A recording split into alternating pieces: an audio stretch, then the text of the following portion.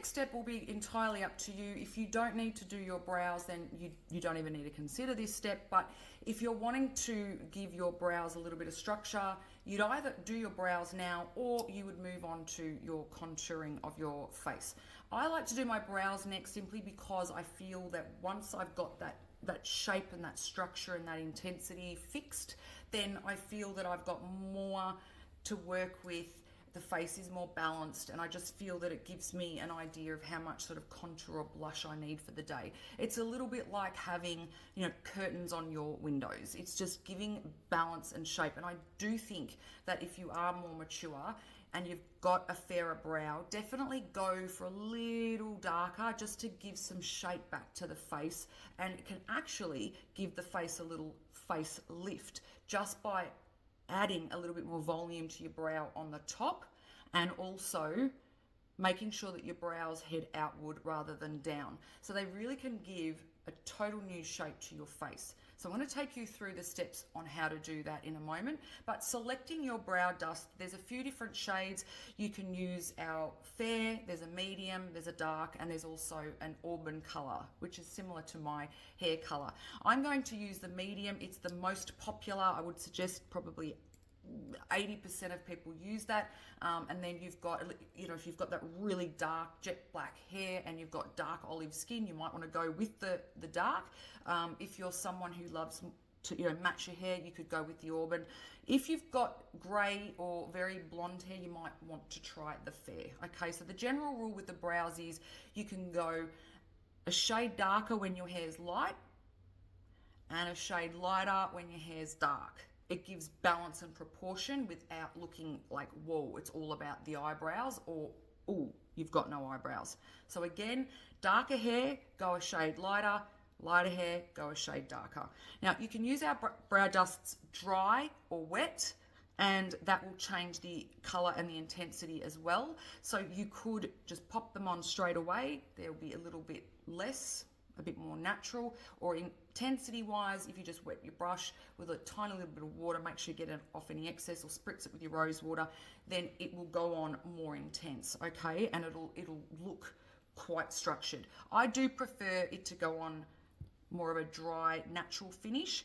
You can also mix it with a little bit of balm if you wanted to give more of a glossy eye finish. That's totally up to you. And all I do is just grab the tiniest amount on the tip, and I just wipe off any excess or tap off any excess just to avoid any fallout onto my concealer.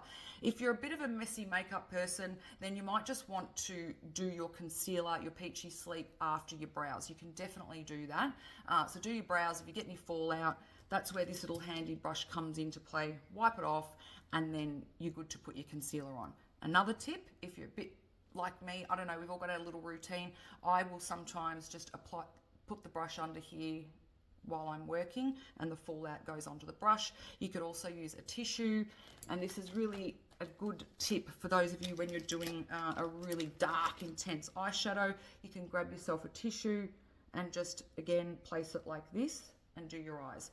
Okay, if you don't put your concealer on first, you don't need to worry about that, but if you have, that's a little tip on how to avoid fallout getting on your makeup, because we often change our mind. Once we've sort of done a bit of zhooshing, we might go, yeah, I actually feel like a bit of eyeshadow, and you've already got your foundation on. We can't always plan the steps out. So there's the little tips that you can use to work around avoiding mess. All right, so there we go. I've tapped off the excess. Now, when we're working with brow shape, to give lift, what we want to do is make sure the edge of this brow is no further than, use the edge of your nose, edge of your eye, and that's where the end of your brow should finish, not underneath this area. If it's too low, it gives your eye a dragged down, sad appearance, okay? So the higher you can get this arch, without looking like Captain Spock, but the higher you can get this arch, the more lifted your skin is going to look, or your face, okay? So we don't want your brow to go down. So that's the same with this part of your brow. You'll see, apply most of my brow dust to the top part of the brow, not underneath, because I don't want to close this area up. I want to open it up. So I create most of my shape up the top here, which gives more height. Now, Make sure your brow starts with the edge of your nose. If you're happy with your eye spacing, if your eyes are not too far apart or too close set, if you're happy with your eye spacing, just work on your brows being in line with the edge of your nose. That's a good starting position. And again, we don't want it to go down too low because it gives you an angry sort of appearance. See, we want the brows to sort of have more of this straight appearance here. Quite straight underneath, really. Quite straight. The arch is achieved here. That gives more volume under here and gives that open, sort of lifted look, okay? So it's all about giving more area under here, placing all your product more up the top. Now, a little tip with your brows, if you are someone who has wider set eyes and you want them to appear closer, just bring the starting point of your brows in a little further. That will just help look like your eyes are closer set. If they are close set and you want them to appear like they are further apart, then you would just maybe start your brows a little further out. That tip also helps minimize the appearance of the width of your nose as well. So the closer the brows are, the thinner your nose will look. The further apart, the bigger your nose will look. Now, popping them on, or popping the brow dust on, I'm just doing it in little strokes. And I'm just stroking it up. Like, you can use pencil, but I just find that the pencil tends to look quite waxy and obvious. So this is where these brow dusts are just perfect, and they are water resistant and sweat resistant, so you're not going to lose your brow halfway through the day. Okay, so you can see that's just given a little bit more intensity to this brow. And now that I've filled in the little gaps, I'm just going to give a bit more of a lift to this arch area. So ever so slightly above the hairs, I'm just building up. I'm almost building up an extra line slightly above the brow hairs.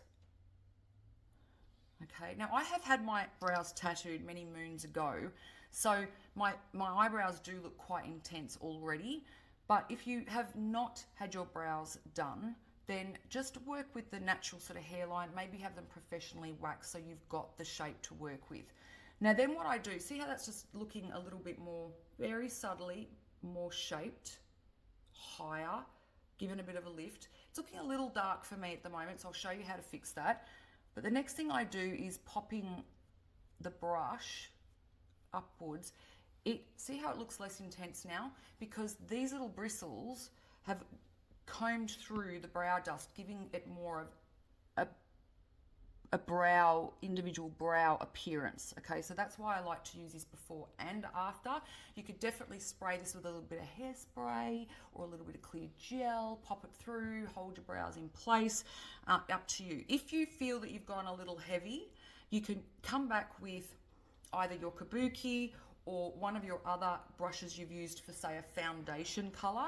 So it's just giving it a little dust over with a brush that you've used a foundation with, because a little bit of that foundation will be left over. It'll go over the brow dust and it'll just tone it down. So it's a easy way of just taking away that intensity or that boldness if you've applied too much. So let's just move over to the other brow.